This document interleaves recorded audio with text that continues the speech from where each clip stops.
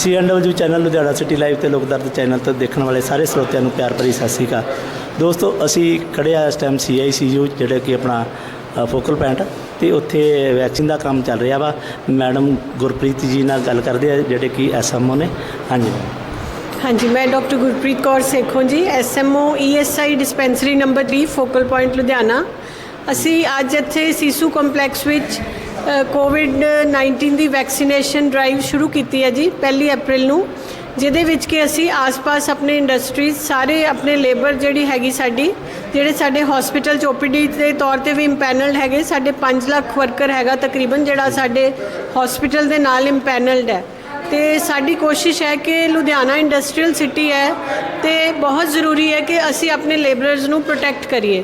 ਉਹਦੇ ਵਿੱਚ ਸਾਡਾ ਡਿਪਾਰਟਮੈਂਟ ਸਾਡੇ ਸਿਵਲ ਸਰਜਨ ਸਾਹਿਬ ਡਾਕਟਰ ਸੁਖਜੀਵਨ ਕੱਕੜ ਤੇ ਡਾਕਟਰ ਕਿਰਨ ਸਾਡੇ ਸਿਵਲ ਸਰਜਨ ਕੋਵਿਡ ਵਾਸਤੇ ਉਹਨਾਂ ਦੀਆਂ ਦਿਸ਼ਾ ਨਿਰਦੇਸ਼ਾਂ ਹੇਠ ਸਾਡਾ ਡਿਪਾਰਟਮੈਂਟ ਆਪਣੇ ਵੱਲੋਂ ਤੇ ਬਹੁਤ ਇੰਡਸਟਰੀਜ਼ ਦੇ ਸਾਰੇ ਸਹਿਯੋਗ ਨਾਲ ਅਸੀਂ ਅੱਜ ਇੱਥੇ ਵੈਕਸੀਨੇਸ਼ਨ ਡਰਾਈਵ ਸ਼ੁਰੂ ਕੀਤੀ ਹੈ ਜਿਹੜੀ ਕਿ 5 ਦਿਨ ਸਾਡੀ ਚੱਲੇਗੀ।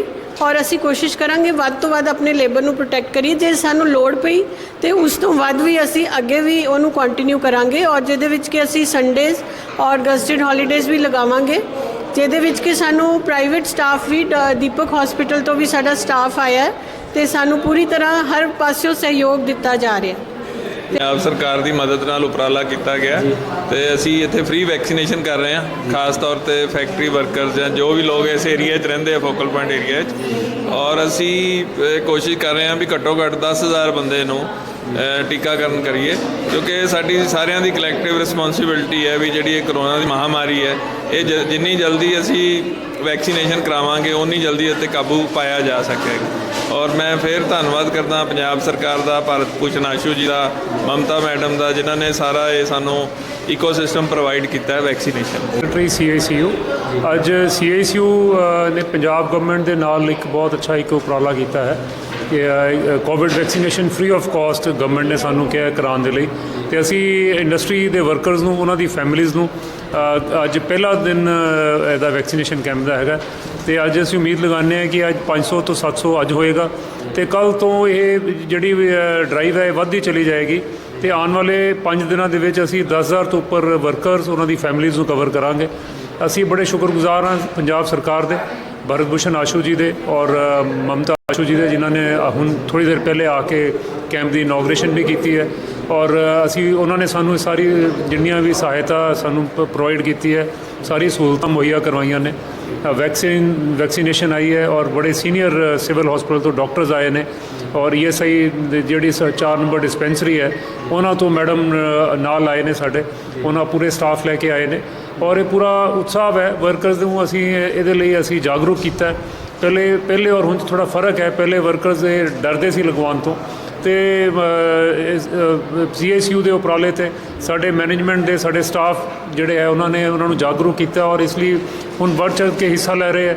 ਅਗਰ ਇਹ ਅਸੀਂ ਵੈਕਸੀਨੇਸ਼ਨ 1 ਮਹੀਨਾ ਵੀ ਚਲਾ ਸਕੀਏ not only in CICU in all other parts of the city, ਅਤੇ ਮੈਨੂੰ ਲੱਗਦਾ ਅੱਧੇ ਤੋਂ ਜ਼ਿਆਦਾ ਵੀ ਲੁਧਿਆਣਾ ਅਗਰ ਕਵਰ ਹੋ ਜਾਂਦਾ ਅਤੇ ਉਹਦੇ ਨਾਲ ਅਸੀਂ ਬੜੀ ਕੋਵਿਡ ਦੇ ਖਿਲਾਫ ਬੜੀ ਵੱਡੀ ਜੰਗ ਹੈ ਜਿਹੜੀ ਉਹ ਜਿੱਤ ਜਾਵਾਂਗੇ। ਅਤੇ ਸਾਡਾ ਉਪਰਾਲਾ ਹੈ ਸਰਕਾਰ ਨੂੰ ਅਸੀਂ ਬਹੁਤ ਸ਼ੁਕਰਗੁਜ਼ਾਰ ਹਾਂ ਕਿ ਅਸੀਂ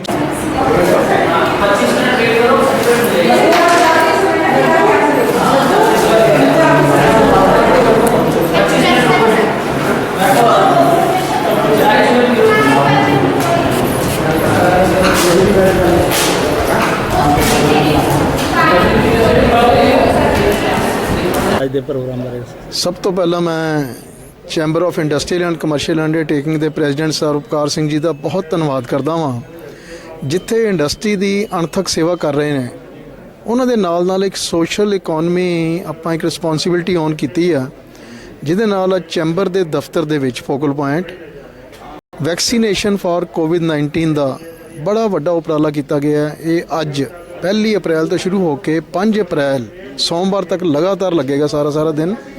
ਸਾਡਾ ਟੀਚਾ ਇਹ ਹੈ ਕਿ ਇੰਡਸਟਰੀ ਦੇ ਸਟਾਫ ਵਰਕਰ ਖੁਦ ਅਤੇ ਉਹਨਾਂ ਦੀ ਫੈਮਲੀਜ਼ ਨੂੰ ਅਤੇ ਜਿੱਥੇ ਤੱਕ ਹੋ ਸਕੇ ਜੇ ਕੋਈ ਬਾਹਰੋਂ ਵੈਕਸੀਨੇਸ਼ਨ ਕਰਾਉਂਦਾ, ਸਰਕਾਰ ਸਿੰਘ ਜੀ ਨੇ ਆਫਰ ਕੀਤੀ ਹੈ ਕਿ ਅਸੀਂ 10,000 ਬੰਦੇ ਤੱਕ ਦਾ ਟੀਚਾ ਲਿਆ ਵਾ।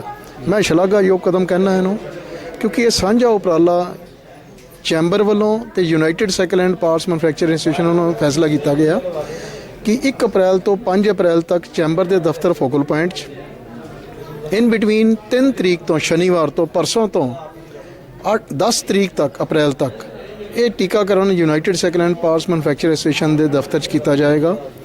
ਮੈਂ ਇੱਕ ਇੰਡਸਟਰੀ ਨੂੰ ਅਤੇ ਉਹਨਾਂ ਦੇ ਸਟਾਫ ਨੂੰ ਇਹ ਰਿਕੁਐਸਟ ਕਰਨੀ ਚਾਹੁੰਦਾ ਕਿ ਟੀਕਾਕਰਨ ਇੱਕ ਟੀਕਾਕਰਨ ਨਹੀਂ ਹੈਗਾ, ਆਪਣੀ ਸਿਹਤ ਸੰਭਾਲ ਦਾ ਬਹੁਤ ਵੱਡਾ ਉਪਰਾਲਾ ਹੈਗਾ ਵਾ। ਜੇ ਅਸੀਂ ਇਹਨੂੰ ਇੱਕ ਸੋਸ਼ਲ ਰਿਸਪੌਂਸਿਬਿਲਟੀ ਸਮਝ ਕੇ ਇੰਡਸਟਰੀ ਦੀ ਆਰਗੇਨਾਈਜੇਸ਼ਨ ਅੱਗੇ ਆਈਆਂ ਨੇ, ਤੁਸੀਂ ਵੀ ਅੱਗੇ ਆਓ। 45 ਸਾਲ ਤੋਂ ਉੱਪਰ ਦੇ ਬੰਦਿਆਂ ਨੂੰ ਆਫੀਸ਼ੀਅਲੀ ਟੀਕਾ ਸਾਰੇ ਗਵਰਨਮੈਂਟ ਵੱਲੋਂ ਲੱਗ ਰਹੇ ਨੇ। ਅਸੀਂ ਰਿਕੁਐਸਟ ਕੀਤੀ ਹੈ ਕਿ ਜੇ 45 ਸਾਲ ਤੋਂ ਥੱਲੇ ਵੀ ਕੋਈ